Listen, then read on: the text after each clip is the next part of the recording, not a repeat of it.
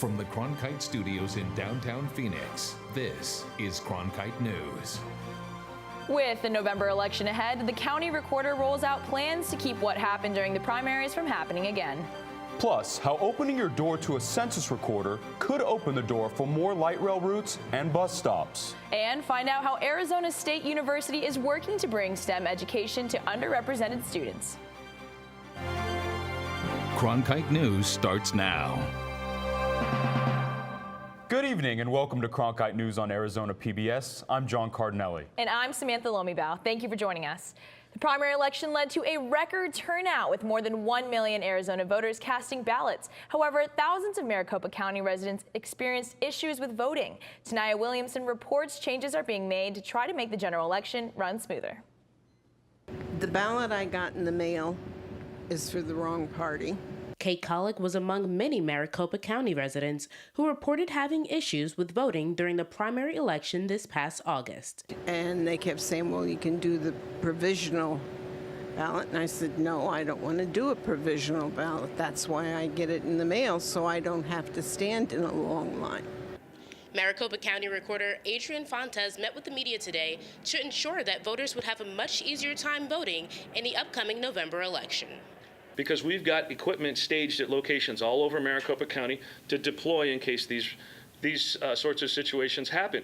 County Recorder Adrian Fontes spoke of ways that his office plans to improve the voting process. Among the solutions is making sure equipment is up and running at polling places before they open and a way to monitor whether lines are getting too long.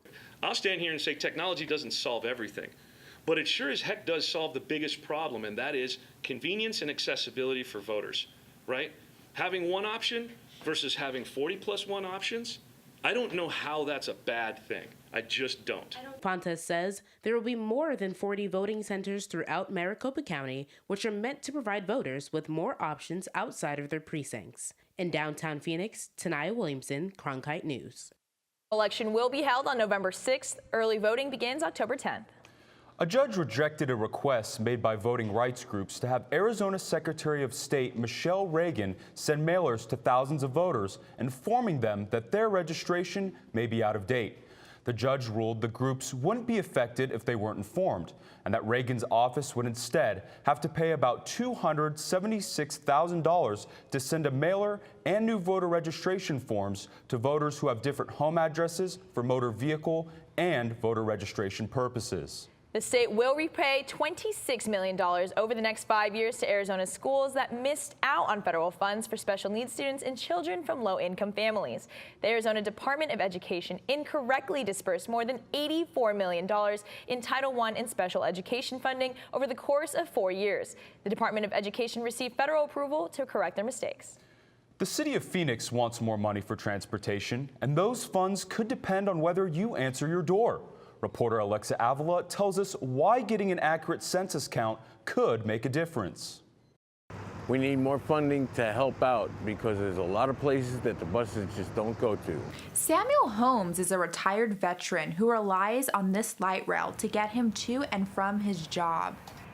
To increase bus and light rail routes, the city of Phoenix says it needs more federal funding. The census director for the city of Phoenix, Albert Santana, hopes that the next count will bring more money to the city. Based off of that count, they then allocate or appropriate federal funding to the local states and local municipalities, of which we then receive to provide very important services, whether it's education, transportation, public safety. Santana says past counts haven't been accurate, and that's why the city council created this committee to ensure everyone is counted. Phoenix Mayor THELDA Williams says it is crucial.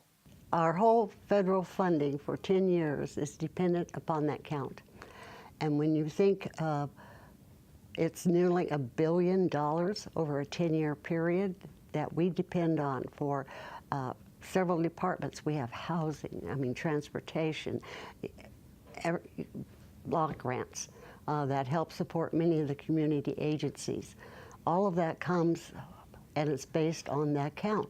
Corinne Holliday, the spokesperson for Valley Metro, says they already have plans for that money. Next year, we're going to be expanding the light rail system a couple more miles further east in Mesa. Holiday says that the construction workers are already preparing for the expansion. We're looking at having about a 66-mile light rail system or high-capacity system, because it will include streetcar as well, by 2034. Other funding that could be impacted by the census count includes housing assistance, children's health insurance, and Medicaid. In Phoenix, Alexa Avila, Cronkite News. The census will start April 1st, 2020. Today marks the first anniversary of Hurricane Maria, a Category 4 storm that devastated the island of Puerto Rico. There's been widespread criticism concerning the federal response to the disaster since then. And last month, a report by George Washington University estimated the death toll to be nearly 3,000, rather than previously reported 65. President of the Hispanic Federation, Jose Calderon, said in a Washington, D.C. conference today that the Federal Emergency Management Agency failed the people of Puerto Rico. And they detailed the million ways that they failed the people of Puerto Rico, over and over and over again. And I can tell you, as American citizens, it is unacceptable what FEMA did over the past year. The speaker said Puerto Rico still faces a long road to recovery, considering some of the electrical grid on the island is being held together with pieces of duct tape.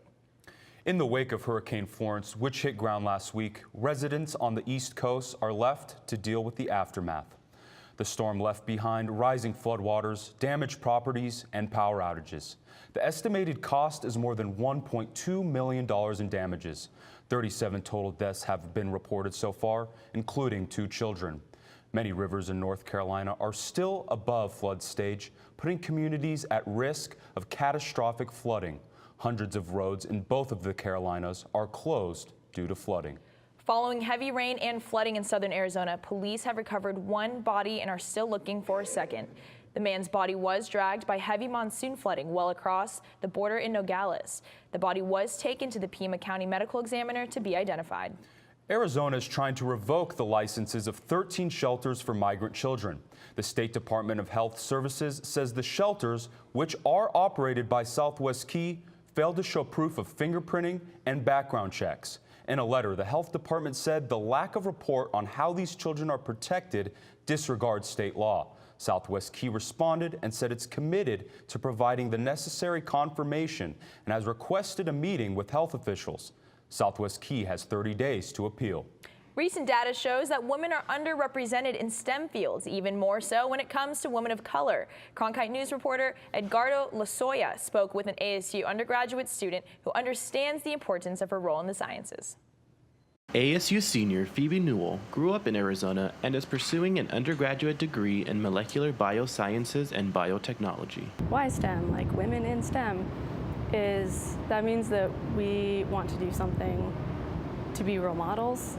As a child, Newell's love for STEM grew as she visited the Science Museum with her family and through science projects involving baking soda and vinegar volcanoes. I knew I wanted to do something related to science and biology-ish when I entered college, and I'm now pre-med. But Newell is not the norm. The world of STEM is still struggling to bring in more women, especially women of color. Women are less likely to enter and more likely to leave careers in STEM because of male-dominated work environments and lack of support from their sponsors. One ASU department tells us a reason this could be happening. We did a yearly outreach that was to middle school girls, but you can say the words of, oh yes, you're welcome here as much as you like. It only matters if when they come, they actually feel welcome. In a 2014-2015 study by the United Nations Educational, Scientific, and Cultural Organization, women of color earned a smaller percentage of bachelor degrees across all STEM fields, with Asian women holding 4.8% and Latinas holding just 3.6%. As the daughter of an immigrant who became a doctor, Newell says she's continuously inspired by her mother's journey, and she won't be deterred from achieving her goals. There's always going to be someone who doesn't like whatever you're doing, no matter what you do. So you just have to say, I know what I like to do, I know what I want to do, and I'm going to do it. And that's something that definitely is important. In Tempe, Edgardo Lozoya, Cronkite News. The Center for Gender Equality in Science and Technology at ASU is one place that's focusing on creating more opportunities for women of all races in STEM fields. Pharmacists could reject your medication based on their religious beliefs. Coming up on Cronkite News, a closer look at this legal practice and what you as a consumer should know if this happens to you next. Plus, Arizona veterans remember their time in combat, thanks to the flight of a lifetime. Join Emmy Award-winning CNN anchor Anderson Cooper as he receives the 2018 Walter Cronkite Award for Excellence in Journalism. Attracting industry leaders from the media, politics, business, and education. The award luncheon is the Cronkite School's signature fundraising event. Tickets for the luncheon ceremony on Wednesday, October 17th at the Sheraton Grand in Phoenix are available for sale at cronkite.asu.edu/luncheon or call 602-496-0482. I'm Judy Woodruff, anchor and managing editor of the PBS NewsHour. The journalists of tomorrow face a fast-changing media landscape, but quality news remains vitally important to our communities, our country, and our world. At ASU's Walter Cronkite School of Journalism and Mass Communication, students learn solid, reliable reporting, holding the powerful accountable, and rebuilding the public's trust. The Cronkite School and Arizona PBS, preparing the next generation for a stronger future of journalism. If you're looking for one show that tells you what happened that day in the world of business, it's NBR. We saw a classic shipwreck. Nordstrom's opening stores. Triple-digit gains. Crude climbs. We're there to help our audience find new investment ideas. The market still has room to go up. Nightly Business Report is the longest-running business television program in history. Weeknights at 10:30 on Arizona PBS. By the year 2050, there will be more plastic in the ocean than fish. Before Professor Halden, I had an insane amount of passion, but I almost felt helpless because I didn't know how to use it. Professor Halden gave me a chance to make a difference. Being at a place like ASU allows you to take these big leaps. Ultimately, the biggest problems in the world cannot be solved alone. Pharmacists in Arizona can deny customers certain prescription drugs based on moral and religious beliefs. Cronkite News reporter Cami Clark explains how a recent case shows customers have to know their rights and what to do. In that moment, I felt very vulnerable and out of control of my body. Nicole Arteaga had just suffered a miscarriage when a pharmacist at a Walgreens in Peoria refused to fill her prescription.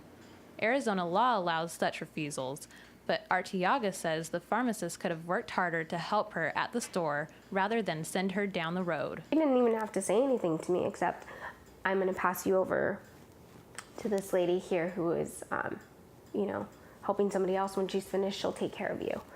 I think a policy like that, and then just, making sure that they follow that. Attorney Donald Alvarez says customers have to rely on their own awareness of the so-called conscience clause. I think that it's up to the particular companies that the pharmacists go to work for. I'm sure that they're made aware of the law when they're training and getting their education. Neither the Arizona State Board of Pharmacy nor the Arizona Pharmacy Association trains pharmacists on how to handle such refusals. The Arizona Pharmacy Association says in a statement that its members have diverse beliefs. AZPA recognizes the individual pharmacist's right to exercise conscientious refusal and also supports the establishment of systems to ensure patients have access to legally prescribed therapy without compromising the pharmacist's right of conscientious refusal. Arteaga says her story can happen to anyone. I was completely blindsided by this event even happening. So I just wanted to spread awareness so that way other people who might be going to get a prescription filled, that they can be aware that pharmacists actually can say no. Arteaga's complaint is still under investigation by the Arizona State Board of Pharmacy. In Phoenix, Cami Clark, Cronkite News. Arizona and at least 5 other states have conscience clauses. Arizona will receive more than $20 million in federal grant funding to combat the opioid epidemic. The majority of the funding is intended to support the state's efforts with treatment and prevention services. The funds will also be dispersed to community health centers focused on substance use disorder and mental health needs, and for research on the epidemic. Arizona's Medicaid agency, Access, will administer the funding. One of the first full-service cannabis kitchens in the U.S. is set to open in Tempe. Patients with medical marijuana cards will be able to purchase meals containing doses of cannabis. The kitchen expansion is part of the Mint Dispensary's $2 million renovation. There will be a full menu with breakfast, lunch, and dinner. Options: the cannabis-infused menu includes pizza, burgers, and street tacos. A ground beef producer issued a recall to over 100,000 pounds of ground beef because of a deadly E. coli outbreak. The U.S. Department of Agriculture said Cargill Eat Solutions recalled about 133,000 pounds of ground beef. 18 people became sick and 1 died. The meat was produced back in June and was distributed nationwide.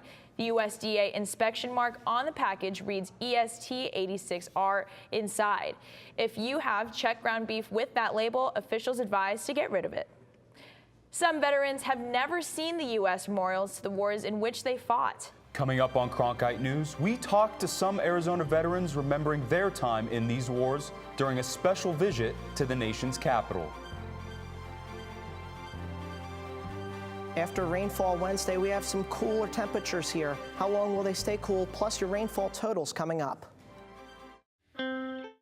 As journalists at Cronkite News, we report on stories that matter to you by focusing on the local impact.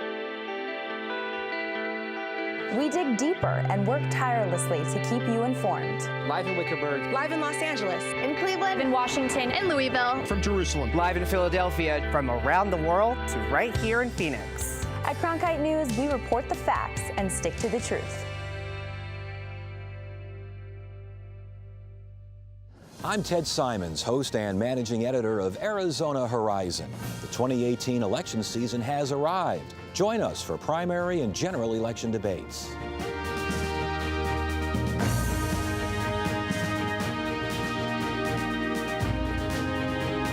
Right here, meet the candidates and hear their positions. Arizona Horizon, your source for what matters most this election season. Only on Arizona PBS.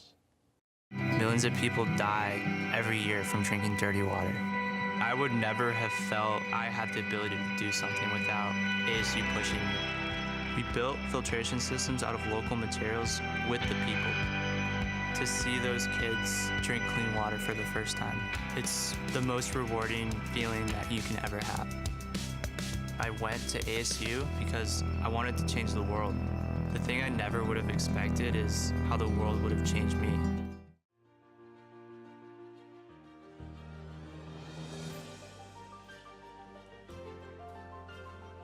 Officially from 36, and he hooks it in! Arizona State wins! Keeping one deep, and it is caught! Jalen Strong! Do you believe it?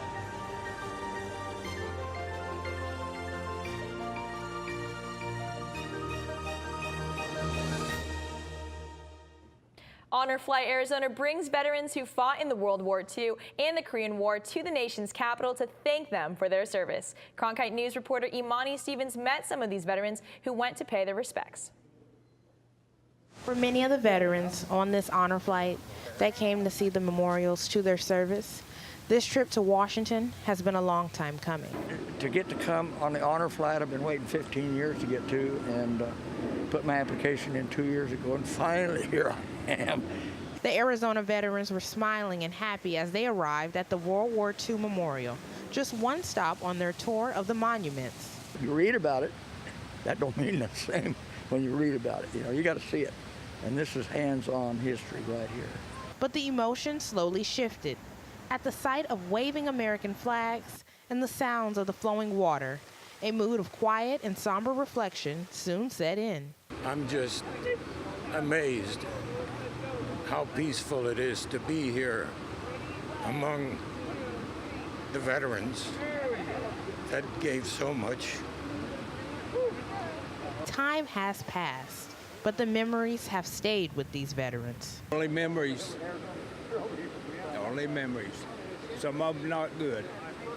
Memories are hard. And this represents what they did, freedom. And it's our freedom that we have, that these men fought and lost their life for, is why we have what we have now. Stepping on these grounds at the memorials here in D.C. were part of the healing process, to think about the friends that made it back home and the ones who didn't. I lost a lot of friends in Korea, and it's very difficult when a friend right next to you gets killed. It's a memory that will never fade. George STEGMEIR looks around the memorial. He says the real heroes aren't here, but at the nearby Arlington National Cemetery. But I just thought, how many people had bled on that dirt for us to get here that day, and now here back again today. This is not STEGMEIR's first trip to Washington, but seeing these memorials make this trip different. There's so much. You know, it's like standing at the edge of the Grand Canyon trying to see it all at one time the first time. It's impossible, you know? And so I would give anything to be able to come back and do it again.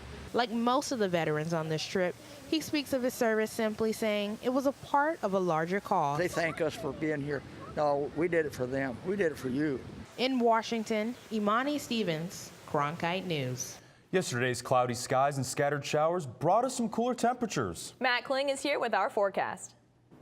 That's right, guys. We saw a little bit of rain yesterday, but only 0.17 inches, not too much. Now, we're still in monsoon season, and this year we've seen 2.56 inches of rain here in Arizona, but the average monsoon, not too much higher, 2.71, but no real threats of rain over the next week. As you can take a look, the future cast, not necessarily any cloud cover even going on across the state. Some rainfall down in the eastern part, but that's moving out pretty quickly. Tonight, though, if you're going out, it will still feel a little bit more oppressive. Humidity was brought about from yesterday's storms. Temperatures, though, dipping into the 80s. And then tomorrow, temperatures will stay relatively the same today. 96 down Casa Grande, 99 Phoenix up north. A little bit cooler, 76 over in Flagstaff. Along the western side of the state, triple-digit highs. Here in the valley, we're going to see similar highs throughout the next 7 days. 99 tomorrow, 101 over the weekend each day. And temperatures pretty much staying the same throughout the next week. From the Cronkite Weather Center, I'm Matt KLING. A new college class is offering some student athletes training in modern forms of etiquette. Coming up on Cronkite News, GCU's new program that's teaching these young athletes the rules of the social media game. I'm Matt Berry, ESPN Sports Center anchor and graduate of ASU's Walter Cronkite School of Journalism and Mass Communication. With its bachelor's and master's degrees in sports journalism, the Cronkite School is preparing the next generation of sports journalists to tell stories that matter, stories that excite, inspire, and inform. Cronkite immerses students in covering sports at all levels in one of the country's top sports markets. It's this hands-on experience under the guidance of award-winning sports media veterans that shape the top journalists of tomorrow.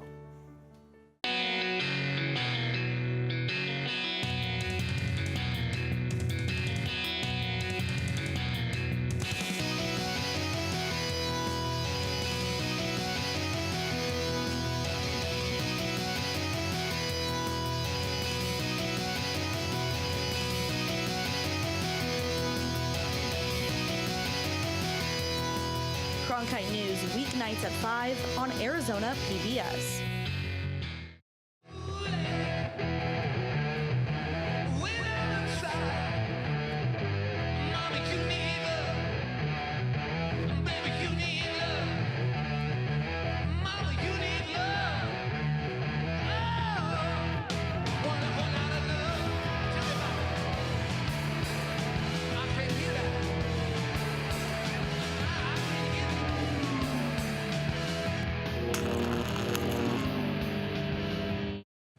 Because the media plays such a significant role in sports, athletes have to stay aware at all times that people are watching.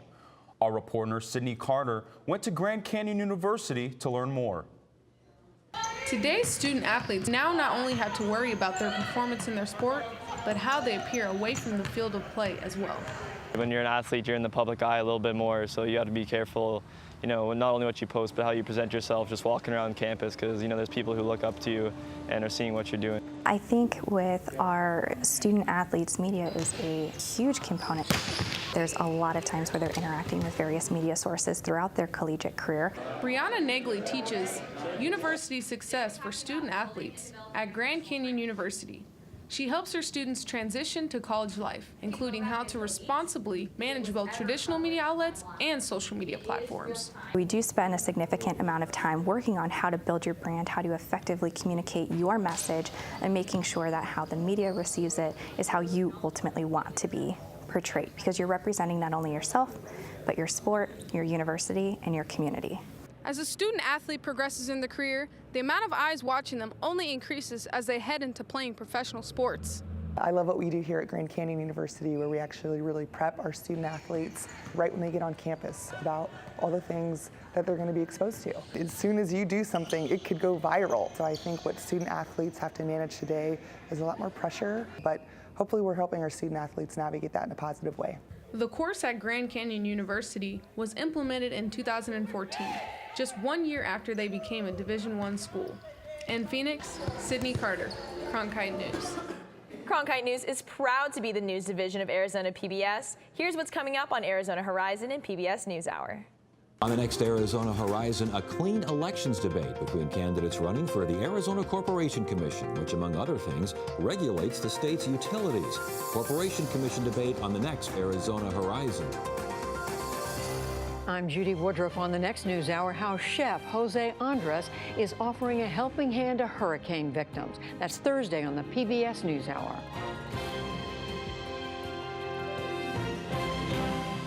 That's it for Cronkite News tonight. Thanks for joining us. For top Arizona stories anytime, go to cronkitenews.azpbs.org.